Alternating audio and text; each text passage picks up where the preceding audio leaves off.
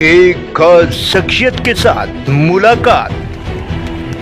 देखिए जयदेव पटेल के साथ नंबर 1 इंडिया न्यूज पर रोजाना रात 9 बजे। नमस्कार व्यूअर्स, मैं जयदेव पटेल और आप देख रहे हैं नंबर 1 इंडिया न्यूज। आपका एक बार फिर स्वागत है एक खास शख्सियत के साथ मुलाकात प्रोग्राम में। आज हम बात करेंगे मिडिल ईस्ट में जारी जंग को लेकर के। कल एक हॉल पार्टी मीटिंग बुलाई गई सरकार की तरफ से, जिसमें विदेश मंत्री एस जयशंकर की तरफ से कहा गया कि हम कोई ब्रोकर नहीं है पाकिस्तान की तरह। आखिर इसके क्या मायने, और इसी के साथ साथ में प्रधानमंत्री मोदी की तरफ से कहा गया कि अगर युद्ध लंबे चले तो हालात जो है वो कहीं ना कहीं काफी हद तक बेहतर नहीं होंगे, और इसी के साथ साथ में कोविड जैसे हालात हो सकते हैं। और इसी के साथ साथ में जिस प्रकार से अमेरिकी राष्ट्रपति डोनाल्ड ट्रंप द्वारा 5 दिनों का युद्ध विराम की घोषणा की गई है, लेकिन बार बार उनकी बदलते स्टेटमेंट है, ये क्या दर्शाते हैं? इन्हीं तामुद्र बात के लिए हमारे साथ खास सामान है रक्षा एवं साथ ही सामरिक विशेषज्ञ पूर्व नेवी कैप्टन श्याम कुमार जी। आपका बहुत स्वागत है हमारे प्रोग्राम में। धन्यवाद। जय हिंद। श्याम कुमार जी, आपसे मेरा पहला सवाल है कि कल मिडिल ईस्ट जंग को लेकर के केंद्र सरकार द्वारा ऑल पार्टी मीटिंग बुलाई गई, जिसमें विदेश मंत्री एस जयशंकर की तरफ से बयान सामने आया। उनका कहना है कि हम कोई ब्रोकर नहीं है पाकिस्तान की तरह। इस बयान को आप कैसे देखते हैं? बिल्कुल सही कहा हमारे विदेश मंत्री ने।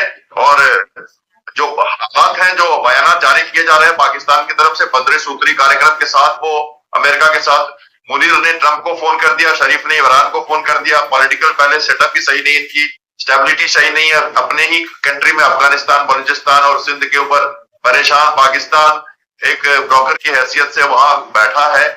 उसको तो अपनी खुद की चिंता पड़ी है कि वो कहाँ, उसके अगर पोस्ट पे लड़ाई हुई ईरान के 940 किलोमीटर का जो बॉर्डर है, और वहां जो मिलिशिया है, बलूचिस्तान सुलग रहा है, अफगानिस्तान तालिबान से वो भिड़ा हुआ है, तो ब्लैकमेल ना हो जाए, अमेरिका उसका साथ ना मांग ले, तो उजागर ना हो जाए पूरी तरह से। सऊदी अरबिया से संबंध कर दिया उसने मिलिट्री का, न्यूक्लियर अम्ब्रेला देने की कभी घोषणा की नहीं। सऊदी अरबिया ईरान के अगेंस्ट खड़ा हो गया। कल रियाद में मीटिंग कर दी सारी मुस्लिम देशों ने। तो पाकिस्तान अपने को खलीफा बनाने की कोशिश करता हुआ कुछ करने की कोशिश कर रहा है, उससे कुछ होना नहीं है, क्योंकि उसकी अपना ही जो उसका चेहरा है वो स्टेबल नहीं है। कोई वर्ल्ड में उसकी बात मानेगा नहीं जी। तो हमारे रक्षा जो विदेश मंत्री ने कहा वो बिल्कुल सही जी। कि वो हम ऐसा काम नहीं करते। हमारे को कोई कुछ पूछेगा तो हम जरूर मदद करेंगे, हम ऐसे जाके किसको कुछ नहीं बोलेंगे। डिप्लोमेसी में हर की अपनी जगह है, हर का अपना स्थान है। कैप्टन श्याम कुमार जी, अगर हम बात करते हैं तो प्रधानमंत्री नरेंद्र मोदी की तरफ से व्यक्तित्व सामने आया, जिसमें उन्होंने कहा कि मिडिल ईस्ट में जारी जो जंग है वो अगर लंबी चलती है तो हालात कहीं ना कहीं बेहतर नहीं रहेंगे। ऐसे में कोविड जैसे हालात पैदा हो सकते हैं। इसको लेकर के लॉकडाउन का एक जो डर है वो सता रहा है, इसको आप कैसे देखते हैं? ऐसी कोई संभावना नहीं है, वर्ल्ड क्राइसिस पे नहीं है। कुछ ऐसे देश हैं, बड़े देश, मैच्योर डेमोक्रेसी, जिन्होंने पहले से अपना काम किया हुआ है। हमारे यहाँ देखिए कुछ देश ऐसे हैं जहां पर की कीमतें बढ़ी हैं, हमारे यहाँ कीमतें नहीं बढ़ी हैं। हमारे जहाँ बिल्कुल ऑयल कंट्रोल में है। गैस की जो थोड़ी बहुत किल्लत जो है उसको हम अमेरिका से पूरा कर रहे हैं। देश में खुद ही हम बना रहे हैं। रिलायंस की जामनगर फैक्ट्री 100% प्रोडक्शन दे रही है, और जो लोकल लेवल पे हमें जो बनाना चाहिए वही हम बना रहे हैं। राशनिंग करेंगे सर, सोशल अवेयरनेस करेंगे, लोगों को समझाएंगे, लॉकडाउन की कोई जरूरत नहीं होगी। लॉन्ग टर्म बेसिस पे इसका इफेक्ट जीडीपी पे पड़ सकता है, per day to day life में अभी कोई खास मुझे ऐसी कोई परेशानी नहीं दिख रही। जो भी है वो अफवाहें हैं, और उन अफवाहों से हमें दूर रहना चाहिए, क्योंकि हम जो रशिया से तेल ले रहे हैं, हम जो कतार की जगह पे दूसरे कंट्री से गैस ले रहे हैं, हमारी कंपनीज को पूरी छूट दी गई है हर जगह से करने के लिए। 25 मिलियन मेट्रिक टन की हमें जरूरत है। देखिए 3 लाख टन का जहाज हमारा, 3-4 जहाज आ चुका, 5 जहाज आने वाले हैं जो अभी फंसे हुए हैं खाड़ी के देश में, तो आ रहे हैं। और ऑयल फ्लो और गैस फ्लो होगा। पूरी सतर्कता है। Essential service and maintenance act लगा हुआ है। लोकल जो लॉ एंड ऑर्डर है उसको भी सतर्क किया हुआ है, और टेक्निकली भी हम अपने को काफी इम्प्रूव कर रहे हैं। तो ऐसी कोई जरूरत नहीं है, कोई लॉकडाउन नहीं लगेगा, ऐसा मेरा मानना है। कैप्टन श्याम कुमार जी, आपसे मेरा एक आखिरी सवाल है कि मिडिल ईस्ट में जारी जंग को लेकर के यूएस प्रेसिडेंट डोनाल्ड ट्रंप की तरफ से 5 दिनों का अस्थायी युद्ध विराम लगाया गया है। इसको आप कैसे देखते हैं, क्योंकि बार बार उनके जो बदलते स्टेटमेंट्स हैं, ऐसे में आगे क्या होगा, क्या दर्शाता है? कहीं पे निगाहें, कहीं पे निशाना। राष्ट्रपति ट्रंप शातिर खिलाड़ी है, बड़ा ट्रम्पेट बजाते हैं, डाइवर्सिफाई करते हैं, रिसेप्शन करते हैं और एक्शन करते हैं। बड़े एम के साथ राष्ट्रपति यहाँ आए हैं।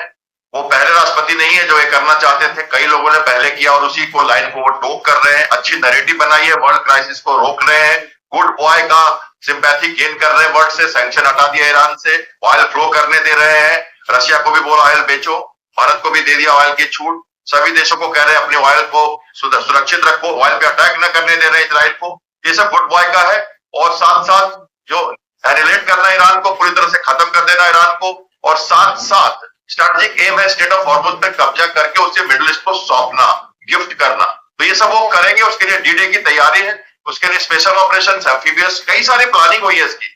बड़ी बड़ी बात है, उसके ऊपर मैं आपको बता सकता हूँ। आइलैंड्स को कैप्चर करने के लिए 5 साल से लगातार तैयारी की जा रही थी। बहुत बड़ा उसका एक, कभी आपसे बात करूंगा मैं इसके ऊपर। खर्क पे अटैक होगा ही होगा और वो सब कैप्चर्स होंगे। ये वंस फॉर ऑल अमेरिका को रोकना होगा, डेथ टू अमेरिका और एक्जिस्टेंशियल थ्रेट जो है ईरान का उसके ऊपर। तो ये सारी एम धीरे धीरे पूरी होती है। मैरीटाइम वॉरफेयर है, लंबा चलता है और कई सारे special operation, signature style attacks देखने को मिलेंगे आपके कुछ दिनों में। तो उसके लिए तैयार रहना पड़ेगा और पाकिस्तान भी उसी कई हिस्से में डर के मारे ये सब कर रहा है। इसको सबको समझ के देखिए और आप समझिए मिडिल ईस्ट चुप है पर उठेगा। कंट्रीज को नहीं चाहिए, लेकिन सहयोगी देश आके खड़े हैं शिप्स के साथ वहां पे, वो सब चुपचाप इंतजार कर रहे हैं। कोई बड़ा काम जब होगा तब आप देखेंगे ऑपरेशन फिर से चालू हो जाएंगे। Operation upsides, operation Atlanta, operation prosperity guardian, Houthi के अगेंस्ट में ये सब हो चुका है पहले, फिर से होगा, फिर से नेवल शिप्स वहां रहेंगे। बड़ा हिस्सा है आइलैंड अटैक्स। मैरीटाइम वॉरफेयर में काफी कुछ समझ होता है, काफी कॉम्प्लिकेटेड होता है। एडमिरल कूपर वहां पर खड़े हैं, सेंटकॉम के हेड, और आज नेवी के एडमिरल को मार दिया गया ईरान के बंदर अब्बास में। तो लड़ाई कहां जा रही है आप समझिए। कुछ दिनों से मैं कोशिश कर रहा था कई चैनल पे इसको बोलने का, आपके चैनल पे भी कह रहा हूं, समझ के चलिए कुछ बड़ा होने वाला है जियोग्राफिकली। ठीक। तो अपने श्याम कुमार जी, आपने बड़े समय निकाला और महत्वपूर्ण जानकारी हमारे साथ साझा करी, उसके लिए आपका बहुत बहुत धन्यवाद।